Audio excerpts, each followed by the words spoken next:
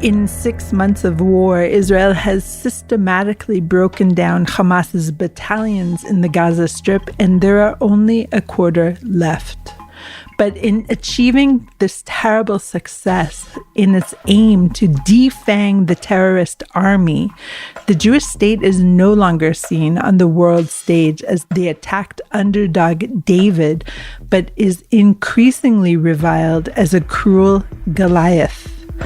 According to many in the West, it is up to Israel to stop the war, and now, regardless of Hamas's clear ability to regroup and again attack, just as the terror group has publicly vowed to do.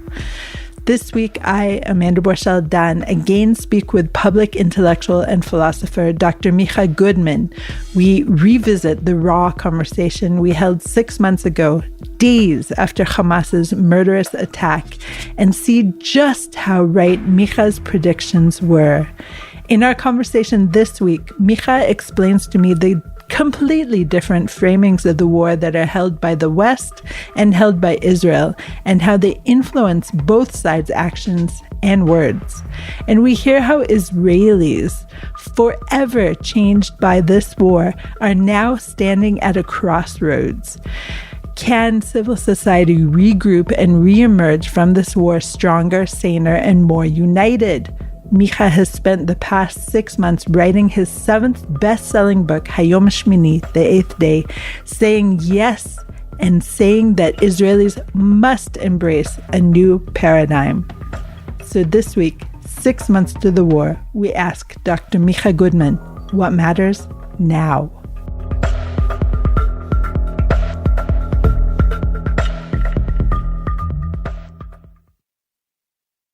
Micah, thank you so much for letting me join you today. Thank you, Amanda. It's nice to be here. We are marking 6 months to the war, and you and I spoke on October 11th, a few days after the Hamas murderous onslaught that killed 1,200 and took 253 hostages into Gaza. That conversation was raw, it was powerful. And we discussed at that point, knowing that right then we were the Davids, that knowing that very soon we would be viewed as the Goliaths. And while the world supported us so deeply at that moment, we knew then and spoke about it then that it would soon turn on its axis, and it has. So in that particular conversation, you discussed what you labeled then as a zero-sum game. What did you mean by that, and how has it played out in the past 6 months? For the past 6 months, my friends in the United States of America always telling me, Micah, Israel is ruining its reputation. You have such a bad reputation. You're losing the sympathy of the West. In the first week of October 7th, so many people loved Israel. Now they don't love Israel anymore. You're cracking your reputation. It's all true. In week 1, a lot of people loved Israel. Remember when Bono wrote a song about the music festival? Bono was singing about Israel. But we said back then that the world has a lot of sympathy for Israel when Israel is hit. We weren't sure that the world will have sympathy for Israel when Israel hits back. And it's all true that Israel's reputation is being bruised by this war, and that's not a good thing. It's a very dangerous thing. It's not a good thing at all. But Israelis care about not one, but 2 reputations they need to sustain. We have a reputation in the West that we have to protect. And we have a reputation in the Middle East, which is a different reputation that we have to build and we have to protect and we have to sustain. And in a nutshell, we want the West to love us and we need the Middle East to fear us. Amanda, when I say the Middle East, I don't mean our friends like the Emiratis. I mean like Beirut, Damascus, Hezbollah, Tehran. I'm talking about the jihadist forces, the Muslim Brotherhood, the jihadist forces in the Middle East. And we want 2 emotions. We want love and we want fear. We need the love of the West and the fear of the Middle East. But if you're an Israeli, and let's say you have to choose an emotion, what emotion will enable you to sleep better at night? Fear of the Middle East or love of the West? Which emotion?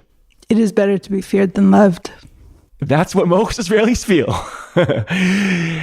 And the thing is, there might be a zero-sum game here, like we said in our conversation in week 1, because everything that Israel has to do to restore the fear of the Middle East will erode the love of the West. And everything that we won't do in order to sustain, protect the love, or restore the love of the West will erode the fear of the Middle East. That's a zero-sum game that we are in, but there's a catch here. The catch is that while we lose the sympathy of the West when we restore the fear of the Middle East, but the catch is that we need some sympathy of the West, some understanding of the West, in order to erode the fear of the Middle East. Because without the backing of the West, we don't have the strength that we need in order to erode. So there's a catch here. And the big question is, do we still have a large enough dose of sympathy from the West after 6 months in order to finish this through and restore the fear of the Middle East? That's one of the big questions or enigmas of this moment. Right. And as we discussed in our October 11th conversation, on October 10th, President Joe Biden delivered what you called at that point a Churchillian speech in which he not only embraced Israel, we just felt that he was our brother. Last night, in the wake of a tragic accident in which 7 humanitarian workers from World Central Kitchen were targeted and misidentified, but targeted by the IDF, we're hearing a very horrible, a very, very different Biden. Obviously, this is a tragedy, and wars lead to very, very bad things. And this war, it's bad. But Israelis feel radically misunderstood. I want to try to put on the table, Amanda, how we're so deeply misunderstood. And I want to put this on the table, not from like what happened yesterday, but from a bird's eye view. Like Israelis say, from the bird's eye view, from a very abstract point of view.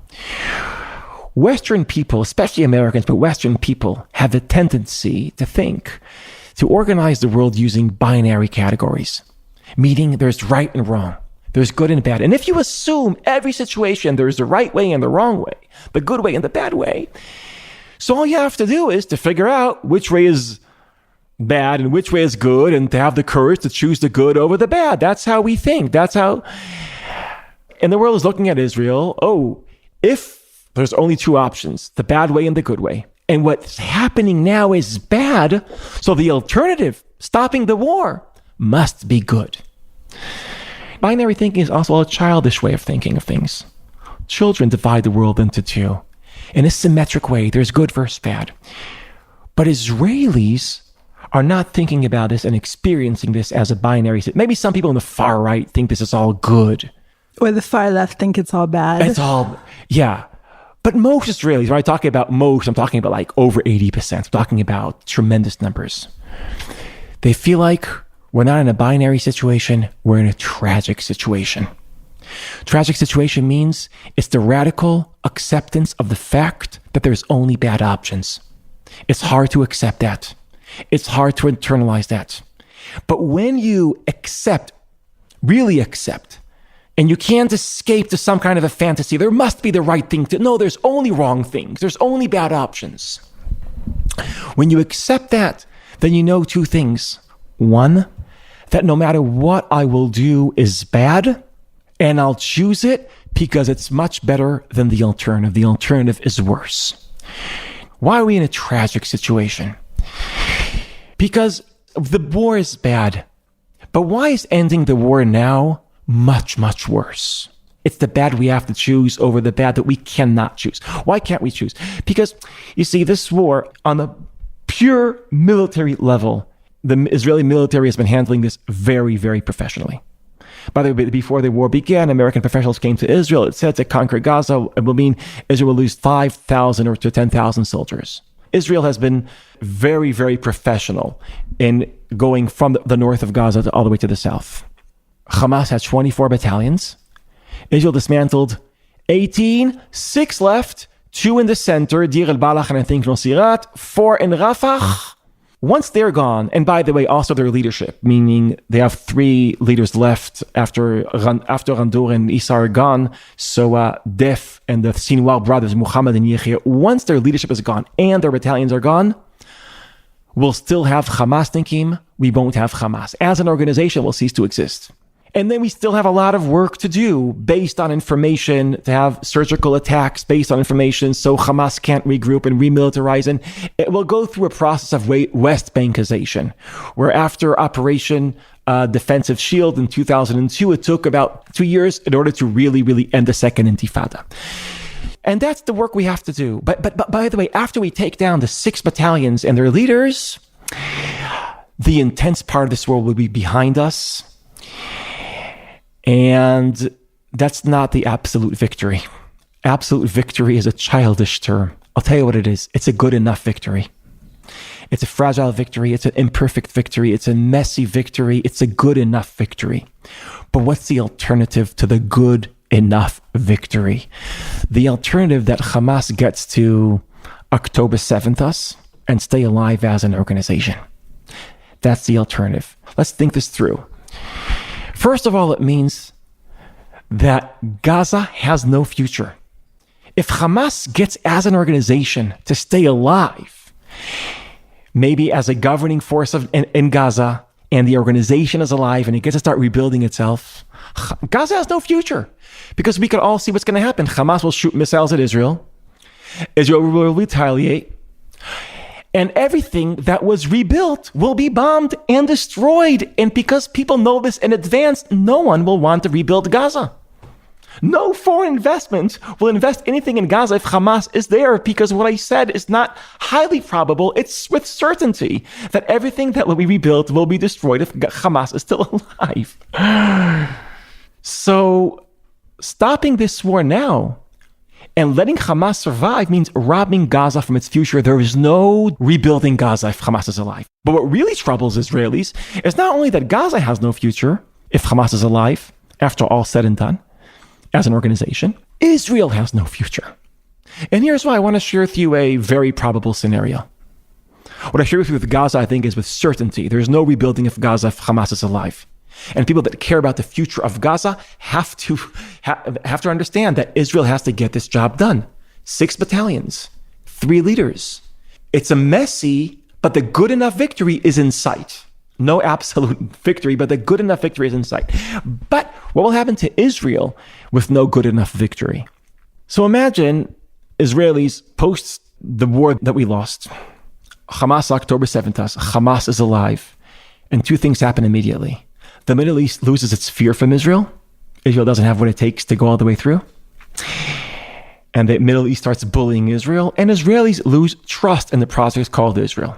When you're saying the Middle East, of course... The jihadist forces. The jihadist forces. And of course, throughout the war, there's been tit-for-tat altercations in the northern border, which obviously could very easily lead to a war. 100%. So all these forces, okay, so they see, okay, Israel could be a program and you stay alive. Okay, so the Middle East loses its fear from Israel, and Israelis lose the trust in the project called Israel. Israel is a country where this could happen, and we're not protected. What does that do? It does 2 things. One, can you imagine the civil war, the cold civil war that will break out in Israel after we lose this war? The blame game would be, and every camp has a credible narrative why why we lost. It's because of the other side, the other team, the other camp. The blame game will be unbearable, and it will spiral into I hope, only cold civil war. Can you imagine the economic crisis? Which would foreign investment want to invest in a country that is so not safe, that doesn't know how to protect itself? Finally, what will happen is that who will be the first to leave the spiraling down Israel? Who will be the first to leave, obviously? Those who can be employed elsewhere. Yeah, the strongest. And then when they leave, things get worse. Israel gets weaker. The blame game gets stronger. The polarization grows. The economic crisis grows. And then the next leave, you can see how this spirals down into a situation where Israel is really weak. And when it's really weak, that's when Iran comes in and finishes it. So this is what we Israelis understand. If there is no victory, there is no survival. When I say victory, I don't mean the absolute victory. I mean the good enough victory. There is no survival. That's quoting Winston Churchill. Winston Churchill, when he becomes prime minister in 1940, he says that victory at all costs. victory at all costs, because he says no matter how long and hard the road may be, if there is no victory, there is no survival. That line of Churchill captures the anxiety and the understanding of Israelis. So let's put this together. If there is no good enough victory, there is no future for Gaza and no future for Israel. So victory at all costs. And the cost is that this war continues. And the war continuing is bad. And people say it's bad, so stop the war. Israel, stop the war. The war is bad. That calling, stop the war is bad, it assumes that the alternative is good. Because you're binary thinkers. But we are in a tragedy. The war is bad. The alternative is much, much worse. And that is how we're misunderstood. Our need is for the world to understand this is a tragedy with only bad options. And this is not a tragedy that Israel chose. This tragedy was imposed on us on October 7th. We did not choose this. This tragedy was designed by an organization that doesn't only kill civilians, meaning unethical offense, but it also has unethical defense. It hides between and beneath civilians, a combination of unethical offense, October 7th, and unethical defense. That's creating this tragedy, presenting Israel with only bad options. And between these bad options, one option means no future. And that's why we have to avoid it. And that's why Israelis are determined to continue, even though it's messy, unaesthetic, bad. And that's the cost of victory. And victory will be achieved at all costs. That is mainstream, not right-wing, not left-wing. That's how mainstream Israelis are experiencing this. And we feel misunderstood. We feel like people don't see how tragic the situation we are. We're judged as if there are good options that we're not choosing. And if ending the war and giving Hamas a free ride is the good option, all we're asking is, we're not asking you to be sophisticated chess players to see like 12 moves ahead, just 2. If Hamas is alive, it means you can't rebuild Gaza. And it means Gaza has no future. Just 2, if you really care about Palestinians and you really care about Israel. I mean, some people it's all a mask for anti-Semitism. But for the people who are not, people who really care, all we're asking is look 2 steps forward, not 1. The pinnacle of this tragedy of bad decisions is, of course, the case of the hostages. And there's no one in Israel who doesn't want them to come home. But the idea of victory at all costs is also extremely worrying when Hamas is the one who is holding the cards in any kind of hostage release deal. And so the question is, when Israel goes into Rafah, where there are 4 more battalions, and where we think that many of the hostages are we willing to pay this price as well? Is this victory at all costs? I think this imperfect, good enough victory, I don't think it could be an immediate victory. It can't be. I think victory is in sight. We can see it. But I think that most Israelis want to deal, even if it means that we're delaying the good enough victory. We're willing to go for the long and hard journey. These hostages are our brothers and our sisters. And as an Israeli told me just a while ago, they are in the Shoah now, not in 1945. There's Jews, and not only Jews, Israelis from all parts of Israeli society. Not only Israelis. And not only Israelis. They are in the Shoah now as we're talking. My wife sometimes wakes up in the middle of the night and she had a bad dream and she was there in the tunnels with them. I'm sharing this story not because she's unique. She is unique in many ways, but this is not a unique story. So many Israelis, that's how they feel. They're in there in the tunnels with them. And that is why Israelis are willing to do a lot and pay a lot to get them out. Here's my best formulation, I think, of where most Israelis are. What I'll share with you now, Amanda, is not based on any poll. We can't do polls now because we don't know what the deal really is. What are the details of the deal? So what I'm saying is now is very abstract. But if the deal means that Israel takes out of prison many terrorists, some of them serious terrorists, and we would like all these terrorists just to go to Gaza, but that might not be the deal. They might be located in they're free to go in different places within Israel. That's very dangerous. And it will, with high probability, lead to terrorist attacks, and this will risk our security. With high probability, we just know this because this is what happened last time with the Shalit deal, right? I don't know if there's anything worse than Yihya Sinwar, but we're taking a risk. But here's the thing, Amanda. Israelis are willing to do this. Israelis are willing to risk their security if it means the liberty of the hostages. Our security for their liberty, that's the deal we're willing to do. That's the level of solidarity that Israelis get to have. We're willing to risk our security for their liberty. But I'll tell you what Israelis are not willing to do. If a deal means stopping the war, or doing things which de facto will lead with high probability to the end of the war, which means Hamas has a free ride, which means no future for Gaza or what we care about for Israel, I think that's something that Israelis will not agree to. So my best formulation, Israelis are willing to, in order to liberate the hostages, our brothers and sisters, they are willing to risk Israelis to liberate the hostages. They're not willing to risk Israel in order to liberate those hostages. I think that captures the spirit of mainstream Israelis.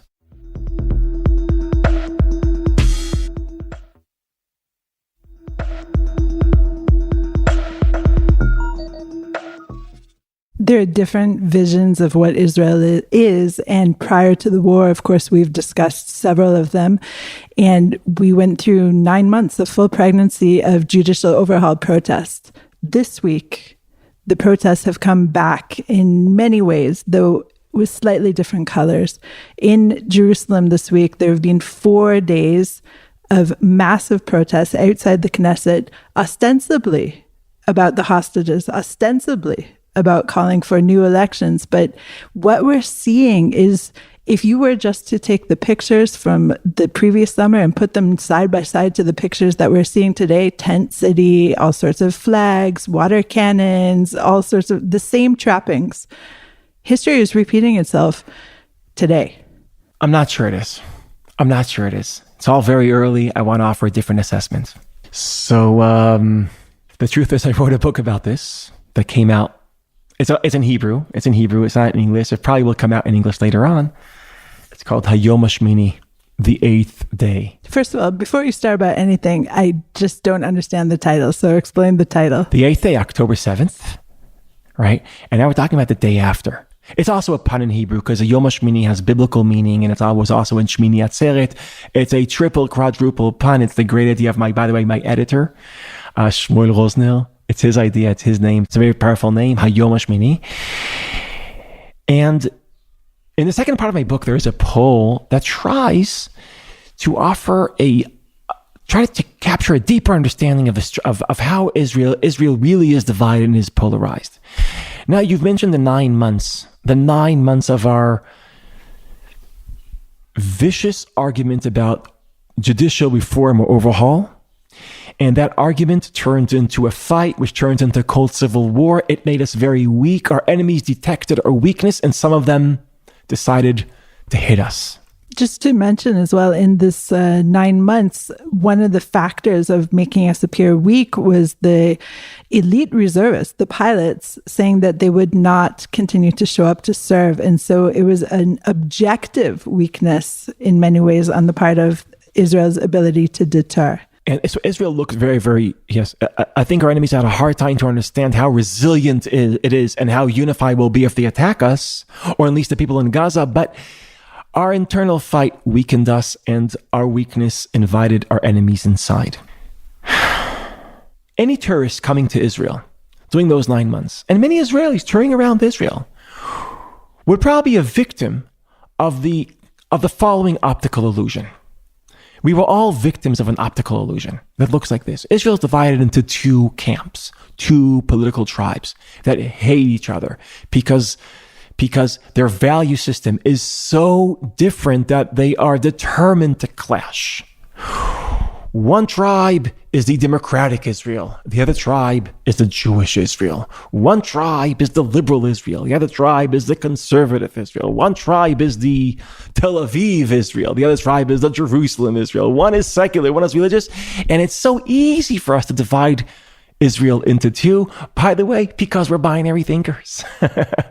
Because our mind is always seduced. By the way, natural selection designed our minds in order to the binary button is so easily to press on it. And by the way, algorithms only weaponize our binary thinking, and it's very hard to escape it. But actually, Israel, it's an optical illusion that we're divided into two, because Israel is actually divided into three. And according to a very serious poll that I use in my book, this is how Israel really looks like. Try to measure the level of liberalism of Israelis and the level of nationalism of Israelis. Okay? We'll try to measure how Israelis are, the relationship between Israelis and these two values. And you would find that there's not many Israelis, there's a group of Israelis that rank very high on nationalism, very low on liberalism. I call them homogeneous Israelis. They have one main value that populates their world, their consciousness. And they're in the far right. Homogeneous Israelis, only national, not liberal. In the far left, there's a small group, it's even a smaller group than the one on the far right, that scores very high on liberalism and very low on nationalism. They always feel like nationalism is fascism and it's a threat to human rights and human liberties and it's a threat to the purity of liberalism. By the way, just like the people on the far right feel like liberalism is a stain on nationalism, it makes us weak nationalism. And these are homogeneous groups of Israelis. The only liberalism on the left, the only nationalism on the far right. But most Israelis score very high on nationalism and very high on liberalism. It has always been a conundrum to me. For example, in the IDF supports homosexuals, and there's an open policy, and there's no don't ask, don't tell. We as a secular society support homosexual partnerships. Just taking one very liberal idea, for example. The largest group in Israel is the hybrid group of Israelis. Liberal nationalists. Now, in the heart of liberalism is individualism. We have our rights, our liberties, our dreams, and we'll pursue it, like Frank Sinatra said, my way. And don't tell me what to do. And support others to do it and support their way. Others to do it their way. And that's such an important part of mainstream Israelis. And behind nationalism, we have collectivism. Collectivism means that you feel like you belong to a story that's bigger than your own. You belong to a group, and you're willing to sacrifice for that group. Now, as Jonathan Haidt writes, Western people have a problem. They are so individualistic, they lost the ability to be connected to something bigger than themselves, or the group that's bigger than themselves. Usually when you're a hyper-individualist, you're not a collectivist. And vice versa. And like communism, fascism, fundamentalism, where you are like an organic part, there's a story, you're an organic part of your collective, your own individual rights don't matter, and your own individual dreams, forget about them. Israelis are hybrid. They're individualists and collectivists. I could be an entrepreneur in Tel Aviv with my liberty and autonomy and dreams and pursue them, and I'll do it my way, competing with some other ambitious individualist that he's doing it his way or her way, and then October 7th happened, and you forget everything, and you're 120 days in Khan Yunis in service of the collective. Who could pull that off? That is hybrid Israelis. And that is, by the way, hybrid Israelis are the Israelis that embody and internalize the hybrid formula of the State of Israel as documented in our founding document, in the Declaration of Independence. Israel is a Jewish democracy. The word democracy is not there in the Declaration of Independence, but the idea that every individual has rights that need to be protected, and they weren't given. Individuals don't have rights. They weren't given to us by the government, and therefore they can't be taken away from us by the government. That liberal idea is canonized in the founding document of Israel, and that Israel is the Jewish state, the nation state of the Jewish people. And we have a story that starts in the Bible, and we're all a part of this national, grand, historic project that's also part of the DNA of the Jewish state. So we are a Jewish democracy. That's a hybrid formula. Hybrid Israelis are national liberals. Those are the majority of Israelis. And here's the challenge of hybrid Israelis. It's the largest group, and it doesn't know it's a group. It's a group that doesn't know that it's a group. And my argument is like this. Israel seems like it's divided into two, while it's actually divided into three. It's not Jewish Israel versus democratic Israel. It's in the far right, there's Jewish Israel. In the far left, democratic Israel. And in the center, the Jewish democratic Israel. Israel is not extremist on the right, extremist on the left, but moderates in the center. No, it's homogeneous Israelis on the far right, homogeneous Israelis on the far left, and hybrids in the center. the fact that hybrids are also moderate, being moderate is a byproduct of being hybrid. Because every value I have balances and softens the other one. The fact that the homogeneous Israelis are so extreme is because you have only one value that's not balanced by other values. Now, the problem of hybrid Israelis is the following. It's a group with no group awareness. It's a group that doesn't know it's a group. And our tragedy, I'm using that word again, is that hybrid Israelis have a tendency to be divided between themselves. And here's how it works. So this group of Israelis, which share the same values, hybrid values, nationalism and liberalism, they don't share the same proportions. Some of them are both national and liberal, but a little bit more liberal than national. Some are a little bit more national than liberal. That's fine. They could work it out. They could compromise. They can become a group. But here's the problem. What happens when the Israelis that are a little bit more national than liberal are seduced to become allies of the people on the far right, which are only national and not liberal? So that sounds like our political map after 5 elections in which the hybrid middles couldn't get it together to put together the government. Also, in the 90s, people that were more liberal than national became allies of the only liberal, not national. So when the people are seduced, the hybrid Israelis, to become allies of the people that are homogeneous, hybrid Israelis are split among themselves, and Israel is divided into two, and we become victims of the optical illusion becomes a reality.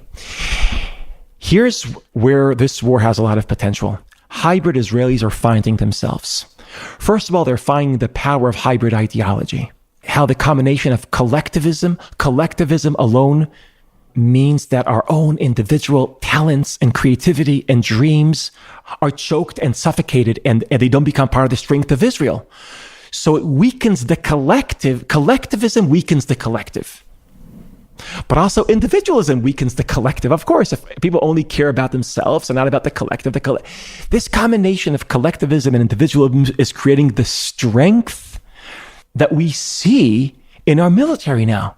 I'm glad you mentioned the military, because in many ways, everything you're talking about, this individualism and collectivism, is kind of balanced out in the army, as I'm seeing through my kids who are now 2 are in the army, a third will join in 2 weeks. What I'm seeing is that the army has some kind of special sauce in creating a group out of disparate, different people. Exactly. The army is turning hybrid Israelis into Israelis that realized that we're closer to each other than we are to the people on the fringes, to the extremes. And this is the opportunity this war is creating, because we're also seeing the strength that comes from being hybrid. And also, hybrid Israelis are bonding throughout this war.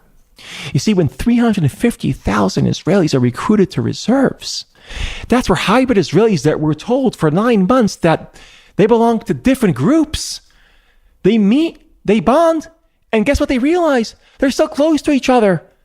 And the optical illusion loses its power. It loses its spell over our minds.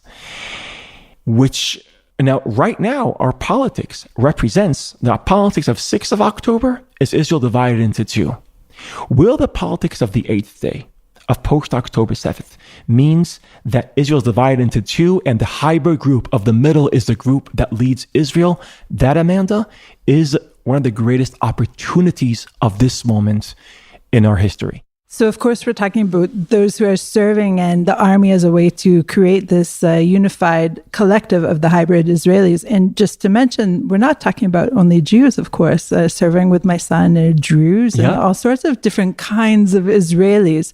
But there's one kind of Israeli that is definitely not serving with either my son or my daughter, and that is the Haredi Israeli. Mm-hmm. And right now, of course, this is obviously in the news as the resolution that gave the government until March 31st to not draft the Haredim has finished. And the High Court of Justice has said that no more funding will be given to the yeshivot, to the yeshiva pupils, some almost 60,000 of which are eligible to draft right now. We are at a precipice. We are at a turning point. And do you see, Micha, that this potential draft of the Haredim could get them into this army in which they would turn into some kind of hybrid Israeli, and then maybe all of our social fabric will be sewn up again and everything will be great? I think it's possible. I think it's possible that it will take time for thousands of ultra-Orthodox Israelis to join the military and to the military to socialize into Israel itself. I think it's possible. I think it was Amos Oz said once that the last big aliyah, big wave of immigration came from Russia. The next one will be from Bnei Brak. And we have to promote the next big aliyah from the state of from the land of Israel into the state of Israel, into Israeliness, as my friend Benny Lau put it once. But I don't think that's the story here. I don't think the story is that we might get a few hundred or thousand Haredim to join the army. I think the argument itself has positive unintended consequences. Here's what I've heard take. Throughout the history of Israel, we're always having many, many arguments. Like in America, simultaneously you have arguments about guns, about abortion, about national security issues, about taxes, about Israel, many, many arguments. But there's one argument that sometimes has all the gravity, that becomes the main argument, that draws the dividing lines. And Israel is the same. I think in Israel, the first generation of Israeli political argument, I think Israel has three generations of arguments. Generation number one was about the vision of socialism that Ben Gurion had. And it was challenged by the Tzionim HaKlaliim, like a capitalist party, and by Menachem Begin from a different... In the first 20 years of Israel, we were debating big government, small government, socialism, capitalism. And in an Israeli way, it has its own unique Israeli flavor. That was the first 20 years. Then Six-Day War happens. And as a result of the Six-Day War, a new argument replaced the old argument. And instead of arguing about the size of the government, we would start arguing about the size of the country. What do we do with the land that was occupied, liberated, choose your word, in the Six-Day War? Do we settle it? Do we trade it for peace? That became a very big argument. And the old argument about the size of the government, about taxation, about privatization, that became a very peripheral argument. It lost its gravity. The dividing lines were not about, are you for capitalism or socialism, but what do you think about land and peace? That argument starts dying in the 21st century. It loses its energy. It loses its energy partially because if you look at Israelis today, as we're talking, the two-state solution, some Israelis support it, some don't support it. But the people who do support it, let's say Yesh Atid voters, they say, I'm for a two-state solution, but it could only be implemented like after the Palestinians go through de-radicalization and after they have a state that protects human rights, that recognizes the existence of Israel. It's all these. So you ask a Yesh Atid voter, when will that happen? I'll say, maybe, I don't know. Yes, but. Maybe 30 years from now, 40 years from now. By the way, so you ask Likud voters, are you for annexation? Yes, but we have to have the diplomatic and the demographic and the economic conditions. When will the conditions be ready for like annexation of Area A in the West Bank and Judea and Samaria? Maybe 30, 40 years. What happens when an argument, when we're arguing about, we used to argue about what's going to happen tomorrow morning. Now Israelis are arguing about what will happen 40 years from now. Now, when the argument moves from the present to the future, the meaning of the argument changes. But it's actually a really healthy sign in a way that we think there will be Israel in 40 years. That's right. There will be. I think there will. I think there'll be a resilient Israel in 40 years. But it's true. We're thinking about that like 40 years from now. And when we think about that, so when I say I'm for a two-state solution, but in 40 years, what am I actually saying? I'm speaking less about a policy we need to promote, and I'm signaling my political identity. I belong to the left or to the center left. When I say I'm for annexation 40 years from now, it's not a policy statement. It's an identity statement. So what are the policy issues that could divide hybrid Israelis between themselves? It's not big government, small government anymore. It's not big country, small country anymore. So what are the issues that could divide hybrid Israelis? My argument is there's not many issues left that could divide hybrid Israelis, which means this might be the moment where hybrid Israelis unite. And then the ultra-Orthodox argument becomes dominant. Now, it seems like this argument, which was always there, but is moving its way from the periphery of the Israeli conversation to the center of the Israeli conversation. And it might create the new dividing lines. Amanda, the old conversations, the old disagreements divided hybrid Israelis. This is a disagreement that unites hybrid Israelis. If the new dividing lines won't be between, will be not about land or peace, capitalism or socialism, but between the population that serves, the population that doesn't serve, that's an argument that creates group awareness for hybrid Israelis, group awareness is the missing component of this group. That's why one of the unintended consequences of this argument becoming so dominant is it enhances the process that a new group awareness, a new group is emerging out of this war. This is the group that if it leads Israel, I think it could lead to the rebirth of Israel. It's so true that this argument contains so many different elements of many different arguments. So, for example, as I said, the High Court of Justice ruled that funding will stop for the yeshivot because the government couldn't get it together and legislate a law that was considered equitable enough to be ratified. And so we still have this judicial overhaul argument as well. Yes, but Amanda, also the judicial overhaul is an optical illusion. In the heat of the judicial overhaul debate in Israel, where we felt Israel is divided into two camps, the camp of democracy and the camp of, they also call themselves camp of democracy, like two different understandings of democracy. So serious polling was done. And you know what it turns out? Only 20% or less of the people on the far right wanted to implement the radical reform of Yariv Levin. And less than 20% on the far left were against any reform. And roughly 57% of Israelis were for a reform, just not this reform, more balanced, more moderate, more gradual, and based on a logical consensus. So even in the hype of the debate over the judicial reform or overhaul, when it seems like Israel was divided into two, it was actually divided into three. The no compromises camps on the right and the left, and a large compromise camp in the center. And that's the camp that wasn't heard. It's the majority of Israelis with a minority of the voice. Can hybrid Israelis find their voice? This war is creating the promise. It's creating the opportunity that hybrid Israelis develop group awareness. That's what my book is trying to do. The argument with the Haredim is in service of this. So in the end of this argument, will Haredim join hybrid Israelis? Maybe, halevai. But will the argument itself create the awareness for hybrid Israelis? I think it could. I think it has the power to do that. And that is a part of the promise of this moment, of Israel being divided into three and having hybrid Israelis, which hold within them the secret sauce of Israel, the superpower of Israel, the ability to be both individualistic and collectivistic. Hybrid Israelis, to give them the keys to lead Israel and to lead, I think. You asked before, in 40 years from now, will Israel exist? It's a scary time. It's a scary moment. And many people feel like this is like the second war of independence. And I want to just go into that metaphor. The second war of, when Israelis speak about the second war of independence, I ask them, what do you mean? And some say, well, in the war of independence, our existence was on the line. And again, our existence is on the line. I see that. But we have to admit, the level of the existential risk in 48 was much larger than it is today. Before David Ben-Gurion declared the state of Israel, he knew that Arab armies will invade Israel once he does that, and will have a serious war. And he was debating, and he asked his general, Yadin, what are our chances of winning this war?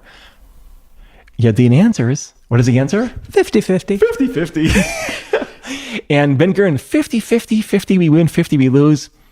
Let's do it. Let's go for it. Let's roll the dice. Creating Israel was a strategic gamble. By the way, now we know what would happen if we would have landed on the wrong 50. I think now we know how that looks like. I think neither of us would be here. We wouldn't have had it. Are we in a 50-50 moment today? I don't think so. Israel is much stronger. America is still with Israel. Israel still has a lot of moves it didn't do yet. I don't think, maybe we're 95-5, maybe 90-10. It's still kind of scary, but we're not 50-50. Some people say we're in the second war of independence because after the first war of independence, Israelis, when the war was over, they went to work and they created Israel. Amanda, we're both Israelis, so we know that sense exists in Israel. So many Israelis feel things are broken. When this war is over, we'll have to rebuild Israel all over again. If we have a good enough victory and restore the trust of Israelis in Israel and the fear of the Middle East from Israel, I think what we'll see is Israelis rebuilding Israel. So the way I capture this, we are in the second war of independence, but not because of the size of the risk, but because of the size of the opportunity. After the first war Israel was built, maybe there might be an opportunity of a new leading group to emerge from this war, hybrid Israelis.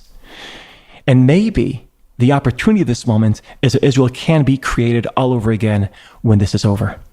Michal, the world awaits your book in English as well. Thank you. Thank you for joining me. Thanks for listening to What Matters Now, the Times of Israel's weekly in-depth discussion. This episode was produced by the Podwaves. If you have any questions or comments about this or any other episode of What Matters Now, please send an email to podcast@timesofisrael.com. I'm Amanda Borschel-Dan. Shalom.